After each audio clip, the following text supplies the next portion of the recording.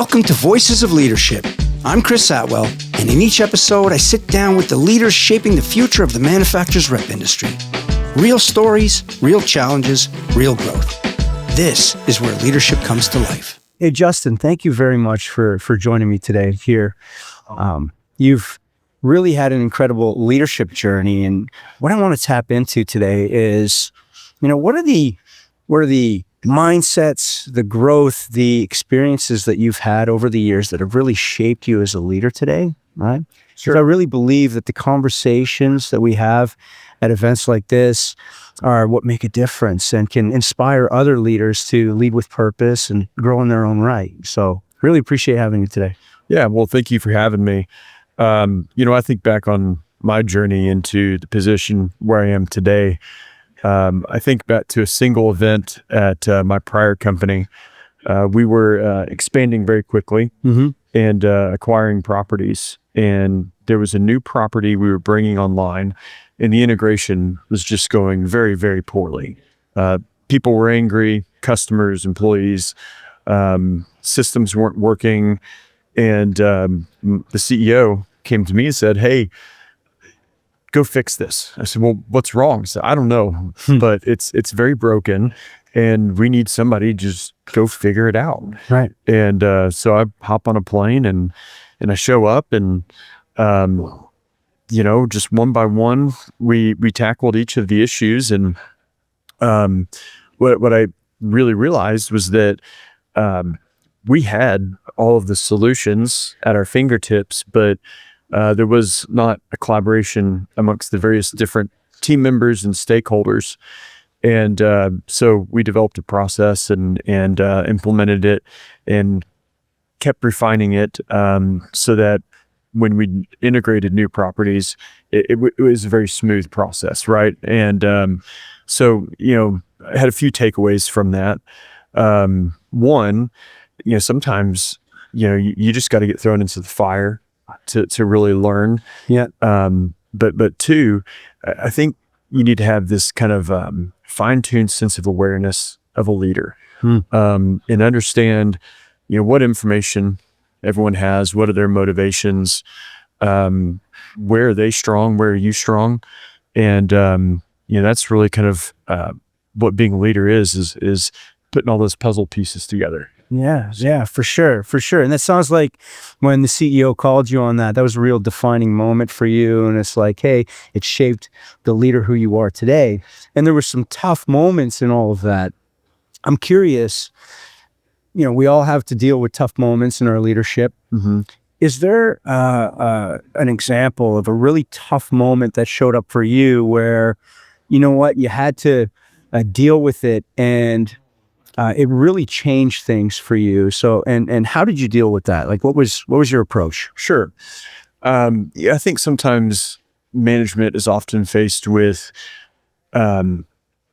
pushing objectives that don't have complete buy-in from all of the employees, whether it be using a CRM, taking on a new process, a new reporting structure.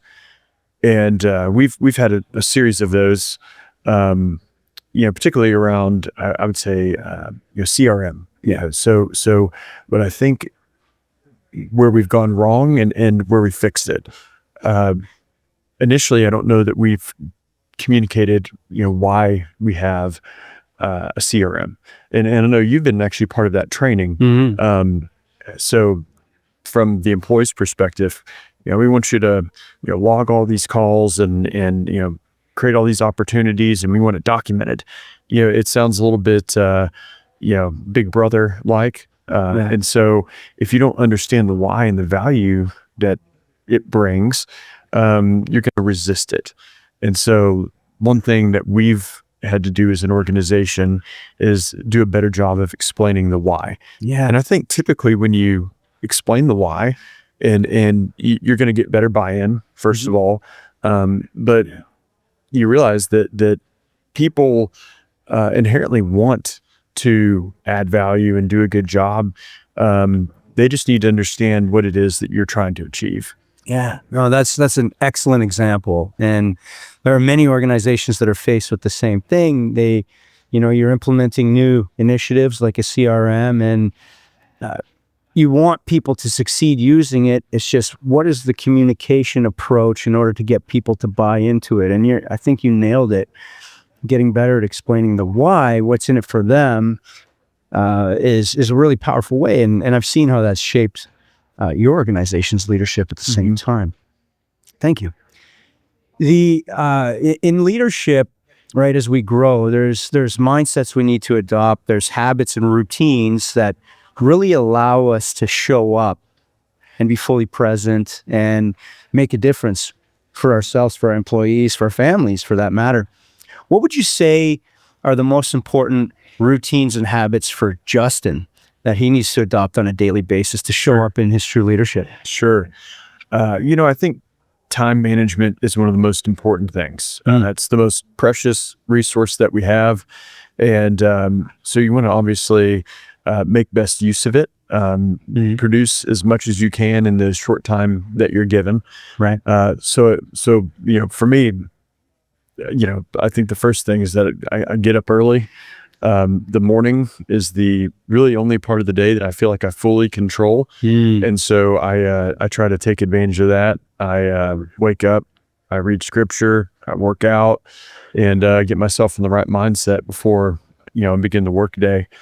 But then when we get into, the heat of battle, when the work day begins, just being able to lift yourself up and understand what is truly a priority. Stephen Covey, he talks about the quadrants. It's so easy to get yourself sucked into just what's most urgent. But it does take having a step back, I think, to realize what is really driving your business, and spending your efforts in those areas instead of always getting sucked into what's urgent. Yeah. Beautiful.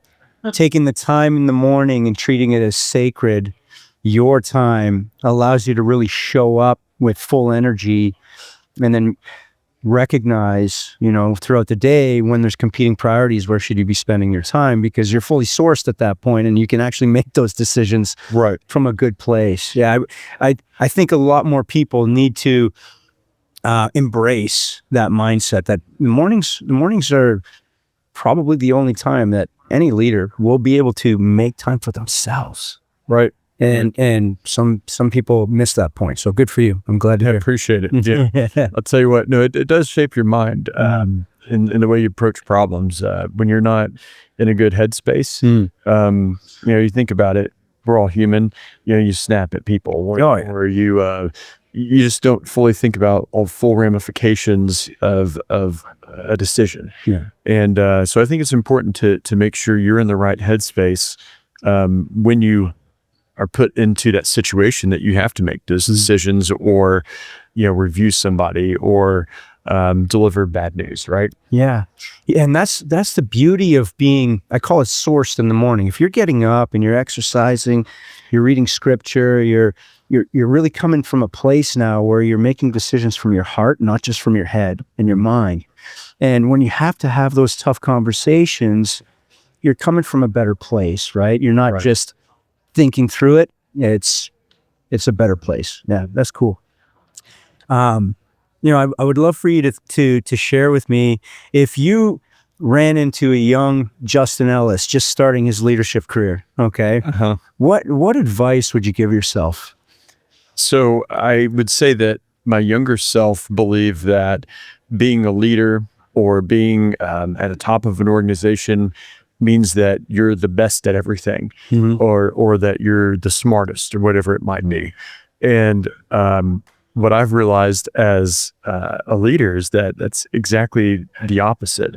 You're a leader of a team, and you have team members in different places because they are the best at what they do. And so, in some regards, being a leader is recognizing talent, recognizing passions, and channeling those in the right path, and then being a good steward of the resources that you've been blessed with.